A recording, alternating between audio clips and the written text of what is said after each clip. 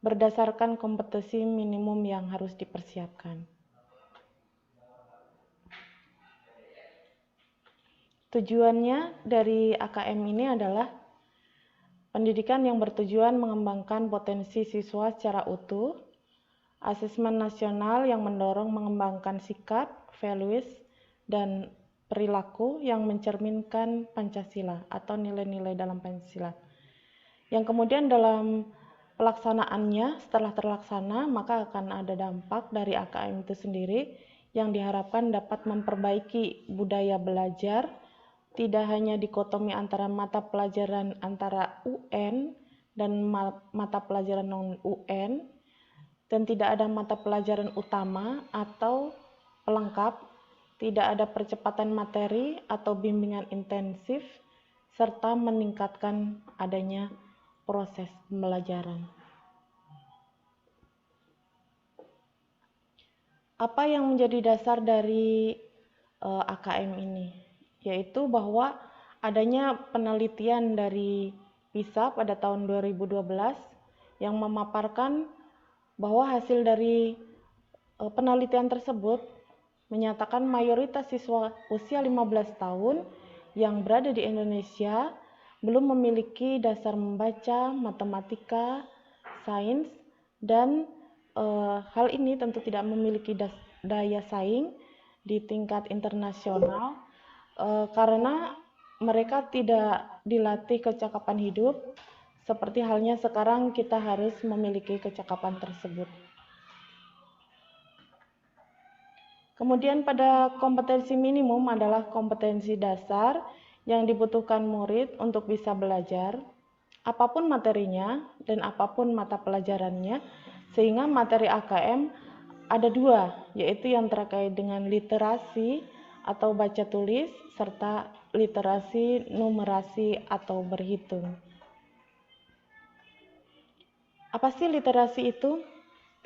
Literasi yang dimaksudkan di sini bukan sekedar kemampuan membaca, tapi juga merupakan kemampuan menganalisis suatu bacaan, serta kemampuan untuk mengerti atau memahami konsep di balik tulisan tersebut. Jadi tidak hanya sekedar membaca, tetapi juga apa pesan yang tersimpan dari tulisan yang sedang dibaca tersebut. Kemudian numerasi. Numerasi adalah kemampuan menganalisis menggunakan angka, serta menekankan literasi dan numerasi bukan tentang mata pelajaran bahasa atau matematika, melainkan kemampuan murid agar dapat menggunakan konsep literasi untuk menganalisis sebuah materi yang pada akhirnya kemampuan ini dikaitkan dengan kemampuan untuk kehidupan sehari-hari. Apakah isi dari AKM itu sendiri?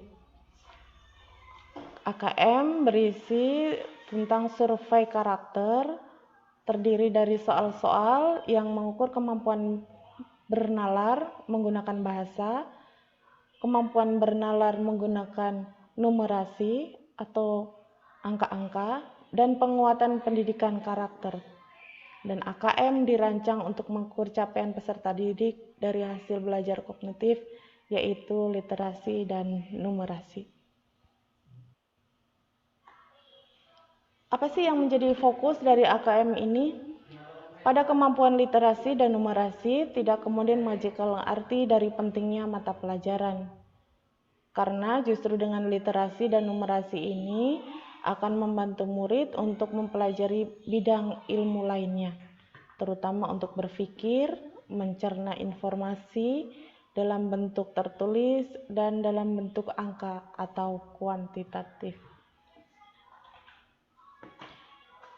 Dalam AKM ini juga dikenal dengan adanya survei karakter. Apa sih survei karakter itu? Yaitu yang dirancang untuk mengukur capaian peserta didik dari hasil belajar sosio-emosional berupa pilar karakter untuk mencetak profil pelajar Pancasila. Ada 6 indikator profil pelajar Pancasila, yaitu yang berakhlak mulia, kreativitas, gotong royong, kebinekaan global, bernalar kritis, dan kemandirian. Selanjutnya, pada asesmen nasional adalah program penilaian terhadap mutu setiap sekolah atau madrasah atau program kesetaraan pada jenjang dasar dan menengah. Mutu satuan pendidikan dinilai berdasarkan hasil belajar murid yang berdasar literasi, numerasi, dan karakter, serta kualitas proses belajar mengajar dan iklim satuan pendidikan yang mendukung pembelajaran.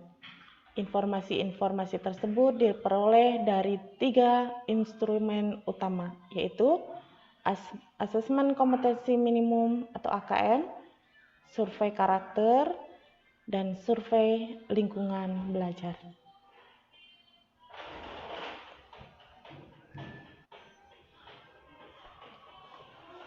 Yang menjadi pertanyaan terbesar adalah mengapa yang menjadi sampel adalah murid kelas 5 pada tingkat dasar, kelas 8 pada tingkat menengah pertama, dan kelas 11 di tingkat menengah atas. Hal ini dilakukan agar murid yang menjadi peserta asesmen nasional dapat merasakan perbaikan pembelajaran ketika mereka masih berada di sekolah tersebut. Selain itu, ini juga bertujuan untuk memotret dampak dari proses pembelajaran di setiap satuan pendidikan atau sekolah. Apa perbedaan asesmen nasional dengan UN? Perbedaannya yaitu jenjang penilaian. Jika UN pada SMP, MTS, SMA atau MA, dan SMK. Sedangkan AKM yaitu pada SD atau MI, SMP, MTS, SMA, MA, dan SMK. Pada level siswa, UN dilaksanakan pada siswa yang berada di kelas paling akhir atau tingkat akhir.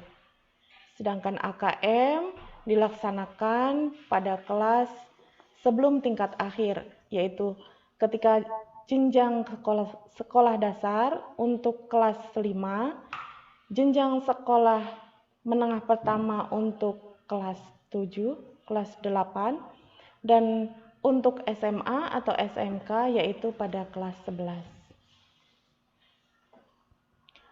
Tingkat dan jenis tes. UN, tingkat jenis tes adalah high stake atau jenis-jenis tes dengan tingkatan yang tinggi. Sedangkan AKM yaitu tingkatan low stake atau tingkatan-tingkatan yang paling rendah.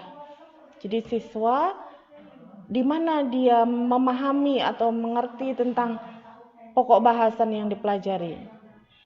Model soal pada UN yaitu pilihan ganda, isian singkat, yaitu matematika SMA dan SMK.